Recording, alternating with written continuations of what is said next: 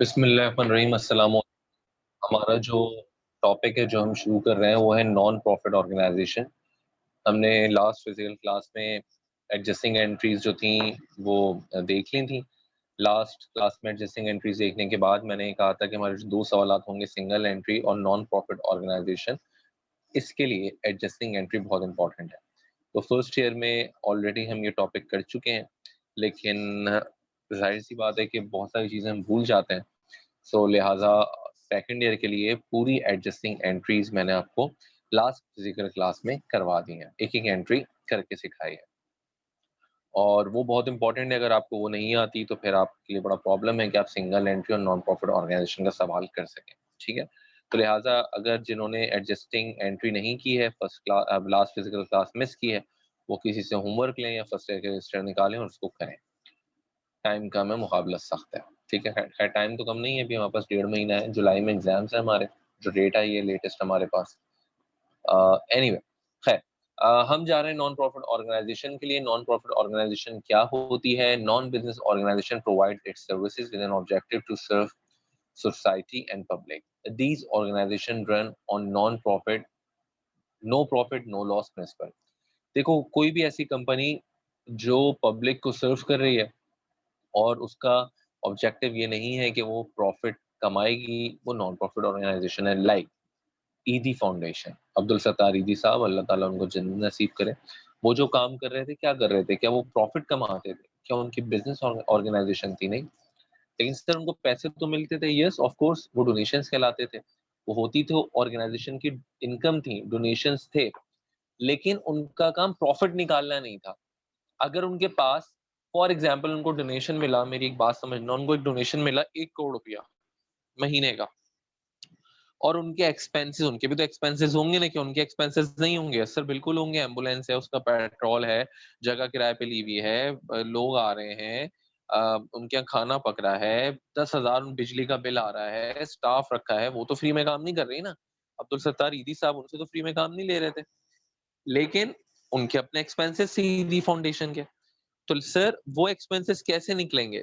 वो ऐसे निकलेंगे, जो ईदी साहब को डोनेशंस मिलती थी, ईदी साहब को जो पैसे मिलते थे, फॉर एग्जाम्पल वो उनकी इनकम है, वो उनके डोनेशंस हैं। ठीक है, उसमें से वो माइनस कर देते एक्सपेंसेस। उनको 1 करोड़ रुपए के डोनेशन मिले, उसमें से उनके एक्सपेंसेस थे फॉर एग्जाम्पल 70 लाख रुपए के।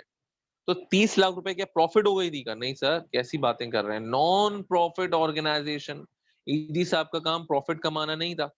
तो सर वो जो 30 लाख रुपए बच गए हैं, वो क्या कहलाएंगे? सर वो सरप्लस कहलाएंगे। ठीक है, उनके पास वो पैसा एक्स्ट्रा है, वो सरप्लस है। अदरवाइज बिजनेस ऑर्गेनाइजेशन में हम क्या कहते हैं? वो प्रॉफिट है। लेकिन यहाँ हम क्या कह रहे हैं? वो सरप्लस है। ठीक हो गया। सर अगर 1 करोड़ रुपए का डोनेशन मिला और एक्सपेंसेस है उनके 1.5 करोड़ रुपए के, तो फिर 50 लाख रुपए का लॉस होगा? No sir, non profit organisation है। जब नॉन प्रॉफिट है तो नो लॉस नो प्रॉफिट। तो सर वो जो 50 लाख रुपए का नुकसान है, वो क्या कहलाएगा? वो डेफिसिट कहलाएगा। उनके पास वो कमी है, उसको हम कहेंगे डेफिसिट। ठीक हो गया। तो ये डेफिनेशन है आपके पास नॉन प्रॉफिट की और नीचे प्रॉफिट की। ये आप basically exam point of view से इंपॉर्टेंट है, इसको याद कर लेना। आगे हम चल रहे हैं। अच्छा, नॉन प्रॉफिट में देख लो, ऊपर कुछ और एग्जांपल्स दी हुई है, जिस तरह मैंने वेलफेयर ट्रस्ट बताया, चैरिटेबल इंस्टीट्यूट बताया, जिसमें ईदी फाउंडेशन हो गया, अमन हो गई है, छिपा काम कर रही है, और दूसरे ऑर्गेनाइजेशन के अंदर काम कर रही हैं। बहुत सारे ऐसे हॉस्पिटल हैं गवर्नमेंट के जो नॉन प्रॉफिट होते हैं, जिन्हें हॉस्पिटल अब्बासी शहीद, ये सारे क्या है? ये नॉन प्रॉफिट है। ये कौन से? आ खान वगैरह, यस सर, ये प्राइवेट है, ये कमा रहे हैं पैसा। लेकिन गवर्नमेंट हॉस्पिटल्स क्या है? नॉन प्रॉफिट हो गए। ठीक हो गया। प्लस गवर्नमेंट स्कूल्स हो गए हैं, बहुत सारी ऐसी ऐसे क्लब्स हैं या ऐसी फाउंडेशंस हैं जिनका काम प्रॉफिट कमाना नहीं है, वो क्या आते हैं? नॉन प्रॉफिट के अंदर। ठीक हो गया। अच्छा, आगे हम चलते हैं, थोड़ी सी और चीज हम देखते हैं आगे चल के। तो नॉन प्रॉफिट की हमने छोटी सी बात की। अच्छा, अब होता क्या है आपके पास, जरा गौर से देखें तो लिखा है standard set of financial statement maintain by non profit. Non profit organisation क्या बनाती हैं? सर बिजनेस ऑर्गेनाइजेशन तो इनकम स्टेटमेंट बनाती हैं। क्या यहाँ इनकम स्टेटमेंट बनेगी? कैसी बातें कर रहे हो? इनकम स्टेटमेंट क्या निकालती है? Profit and loss. Non organisation profit and loss नहीं निकालती, तो यहाँ पर इनकम स्टेटमेंट नहीं बनेगी। फिर क्या बनेगा सर? देखो यहाँ पर एक आपके पास होता है receipts and payment account. Receipts and payment account क्या होता है इसको भी हम डिटेल में देखेंगे, लेकिन इतना समझ लो ये आपकी कैश बुक है। नॉन प्रॉफिट को जो रिसिट्स हो रहे हैं यानी कि जो पैसे मिल रहे हैं वो रिसिट्स में आ रहे हैं, जो वो पेमेंट्स कर रहे हैं वो पेमेंट्स में दिखा रहे हैं। ठीक हो गया, सिंपल सी बात रखो, जो उनको पैसे मिले उनकी रिसिट्स हैं, जो उनके पास से जा रहे हैं उनकी पेमेंट्स हो गई। ठीक हो गया। फिर एक होता है उनका income and expenditure account. Income and expenditure हम बनाते हैं रिसिट्स एंड पेमेंट्स से। हमारे पास क्वेश्चंस में रिसिट्स एंड पेमेंट्स आपको दिखाई जाएंगी, उससे कहा जाएगा इनकम एंड एक्सपेंडिचर बनाओ। क्या मतलब सर? यानी जो रिसिट्स एंड पेमेंट्स होंगी उनसे कहा जाएगा इनकम एक्सपेंडिचर बनाओ, जिसकी मदद से इनकम एंड एक्सपेंडिचर क्या होता है जिसमें आप दिखाते हैं कि जो डोनेशंस आपको बेसिकली मिले वो आपकी इनकम है, और जो एक्सपेंडिचर हो रहे हैं चैरिटेबल ऑर्गेनाइजेशन के वो एक्सपेंस है। जो पैसा बच जाएगा वो आपका सरप्लस है। अगर कमी होगी यानी कि अगर आपके इनकम ज्यादा है एक्सपेंसेस कम है, इनकम है 1 करोड़ की, एक्सपेंसेस 70 लाख के, तो क्या होगा? 30 लाख रुपए का सरप्लस। अगर इनकम है 70 लाख की, एक्सपेंडिचर है 1 करोड़ रुपए के, तो 30 लाख रुपए का डेफिसिट। ठीक है, इसके आखिर में देखो प्रॉफिट एंड लॉस लिखा है बेसिकली, कि प्रॉफिट एंड लॉस नहीं होता है, क्योंकि हम क्या कहते हैं प्रॉफिट एंड लॉस हम नॉन प्रॉफिट ऑर्गेनाइजेशन में बनाते ही नहीं है, तो समझाने के लिए आपको यहाँ पे लिखा हुआ है। खैर, फिर हम एक बैलेंस शीट बनाते हैं, यानी कि दो चीजें हम बना रहे होते हैं, इनकम एक्सपेंडिचर और बैलेंस शीट, हम दो चीजें बना रहे होते हैं रिसिट्स एंड पेमेंट से। इसको और थोड़ा डिटेल में हम देखते हैं कि क्या होता है ये। ठीक है, क्योंकि मेन है हमारा ये, इसको हमें देखना बड़ा इंपॉर्टेंट है। देखो सबसे पहले मैं बात करता हूँ रिसिट्स एंड पेमेंट्स की। रिसिट्स एंड पेमेंट्स क्या है? ये समरी है कैश अकाउंट। ठीक है, देखो मैंने बॉल पॉइंट से ही लिखा हुआ है तुम्हारे पास, ऊपर डेफिनेशन को तो अभी छोड़ दो, बाद में देखेंगे। बॉल पॉइंट से मैंने लिखा है receipts and payments summary of cash book, यानी कि नॉन प्रॉफिट ऑर्गेनाइजेशन में जो आया वो रिसिट्स है, जो गया वो पेमेंट्स है, दैट्स ऑल। जो आया वो रिसिट्स है, लेफ्ट साइड पे लिखते हैं। जो जा रहा है कैश, वो क्रेडिट है। अच्छा, इसमें खाली कैश की बात होती है, रिसिट्स एंड पेमेंट में खाली कैश की अकाउंटिंग होती है। मैंने देखो राइट साइड पे लिखा है ओनली कैश ट्रांजैक्शन। जो कैश आया वो रिसिट्स है। कैश में क्या आ सकता है? डोनेशंस आ सकते हैं, कोई मेंबरशिप फी है वो आ सकती है, सब्सक्रिप्शन फी भी क्या है? बेसिकली इनकम ही है। ठीक है, एडमिशन फी क्या है? वो भी किसी भी ऑर्गेनाइजेशन के लिए क्या होगी? इनकम होगी। उसको एडमिशन फी मिली वो उसकी इनकम है, उसको सब्सक्रिप्शन फी मिली सालाना, उसने कहा सब्सक्राइब कर लो, ठीक है, सब्सक्रिप्शन मिलती है, मेंबरशिप मिलती है सालाना, डोनेशन मिलते हैं, सब उसकी इनकम है, उनको पैसे मिल रहे हैं कैश की सूरत में, सारे हम अपने पास लिखते हैं। पेमेंट्स पे आ जाओ। पेमेंट्स में जो जो हम पेमेंट कर रहे हैं, हमने कंप्यूटर खरीदा, स्टाफ की सैलरी दी, एक्सपेंसेस हैं, जो जो पैसा जा रहा है हमारे पास से वो क्या है? हमारी पेमेंट्स हो गई। ठीक हो गया, तो कुछ पैसे मिलते हैं हमारी रिसिट्स हैं, जो हमारे पास से जा रहा है वो हमारी पेमेंट्स हो गई हैं। ठीक हो गया, इतना रखो अभी याद। बाकी डेफिनेशन में मैंने बता दिया, ऊपर आपको बताया हुआ है, आपकी बुक का ये सब, आपकी बुक में चीजें चाहो तो बुक में चीजें नोट कर लेना, अपने पास कॉपी पे ना लिखो, बुक में नोट कर सकते हो। जो रिसिट्स एंड पेमेंट के ऊपर डेफिनेशन दी गई है, receipts and payment is a summary of cash account, it shows all receipts either cash और बाय चेक। देखो लेफ्ट साइड पे सारी रिसिट्स हैं आपकी, जो आपको रिसिट्स मिल रही हैं वो सारी आपकी। अच्छा, यहाँ पे जो बेसिकली मैंने आपसे कहा ना कैश की ट्रांजैक्शन है, कैश की ट्रांजैक्शन का मतलब ये हो गया कैश एंड बैंक, बैंक भी तो आपका कैश ही है ना। ठीक हो गया, तो कैश एंड बैंक की जो भी ट्रांजैक्शन होती है वो आप इसके अंदर लिख लेते हैं। ठीक हो गया, बैंक क्या है? चेक जा रहा है, चेक आ रहा है, वो भी आपका क्या है? एसेट ही है। ठीक है, तो बैंक और कैश की ट्रांजैक्शन के अंदर आती हैं आपकी। और राइट साइड पे क्या लिखते हैं आप? पेमेंट्स लिख रहे होते हैं। ठीक हो गया, आगे चल के देखते हैं मजीद, कुछ थोड़ी सी बात करते हैं इसके ऊपर। ये हमने देखा है रिसिट्स एंड पेमेंट। अब थोड़ी सी बात करते हैं इनकम एंड एक्सपेंडिचर की। इनकम एंड एक्सपेंडिचर अगर मैं देखता हूँ अपने पास, इनकम एंड एक्सपेंडिचर हम क्या होते हैं? मैंने क्या बताया? रिसिट्स एंड पेमेंट्स आपके पास सवाल में आएंगे। अब आपको क्या बना होता है? Income and expenditure. Income and expenditure आप ऐसे बनाते हो, सबसे ऊपर आप लिखते हो कंपनी का नाम, जो यहाँ नहीं लिखा लेकिन आप यहाँ लिखोगे कंपनी का नाम, फिर लिखोगे इनकम एंड एक्सपेंडिचर अकाउंट, फिर लिखोगे फॉर द पीरियड एंडेड, जिस साल का है वो बना दोगे। फिर क्या होता है? आपके रिसिट्स एंड पेमेंट में से आपको ढूंढ ढूंढ के, आपकी रिसिट्स एंड पेमेंट्स में से ढूंढ ढूंढ के आप इनकम निकालते हो, राइट साइड पे लेते हो, और एक्सपेंसेस निकालते हो, वो लेफ्ट साइड पे लिखते हो। कैसे निकालोगे, क्या करोगे, इसको छोड़ दे, मैं सिखाऊंगा। मैं सिर्फ अभी बेसिक चीज बता रहा हूँ कैसे निकलेंगे सर, कुछ छोड़ दो। सिर्फ ये कॉन्सेप्ट पकड़ो, जो आपको सवाल मिला है रिसिट्स और पेमेंट्स का, उसमें से रिसिट्स थी ना लेफ्ट साइड पे आपकी इनकम थी, वो निकाल के तलाश करके आपको राइट साइड पे लिखनी है किसी तरह से, और जो एक्सपेंसेस है वो तलाश करके आपको लेफ्ट साइड पे लिखना है। बस इतना याद रखो। कैसे तलाश करेंगे, क्या करेंगे, वो सब मैं सिखाऊंगा, टेंशन नहीं लो।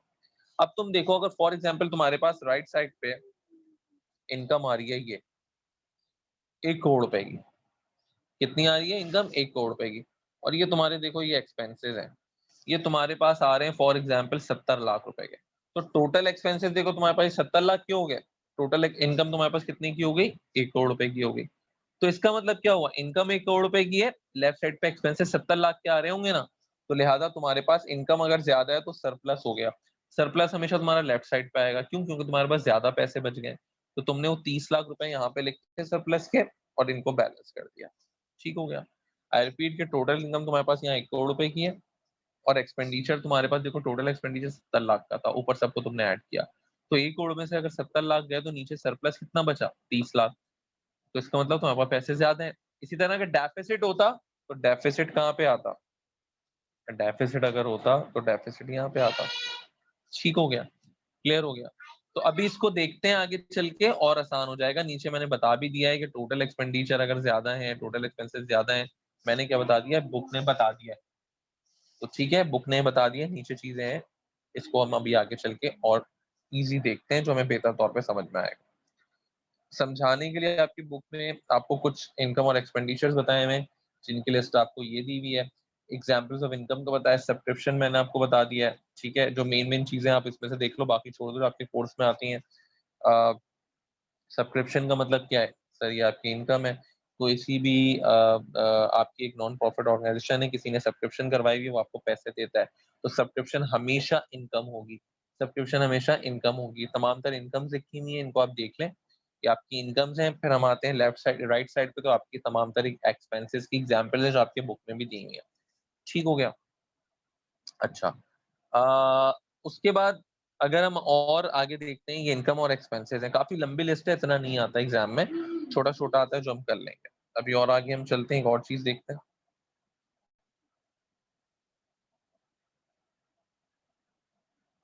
देखो, एक सवाल, एक एग्जाम्पल क्वेश्चन में करवा रहा हूँ, उसके बाद एक और वीडियो दूंगा जिसमें एक और सवाल कराऊंगा।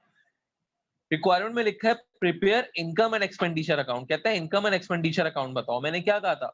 सवाल में आपको रिसिट्स एंड पेमेंट्स दी हुई होंगी। ठीक है, अब सवाल पढ़ते हैं।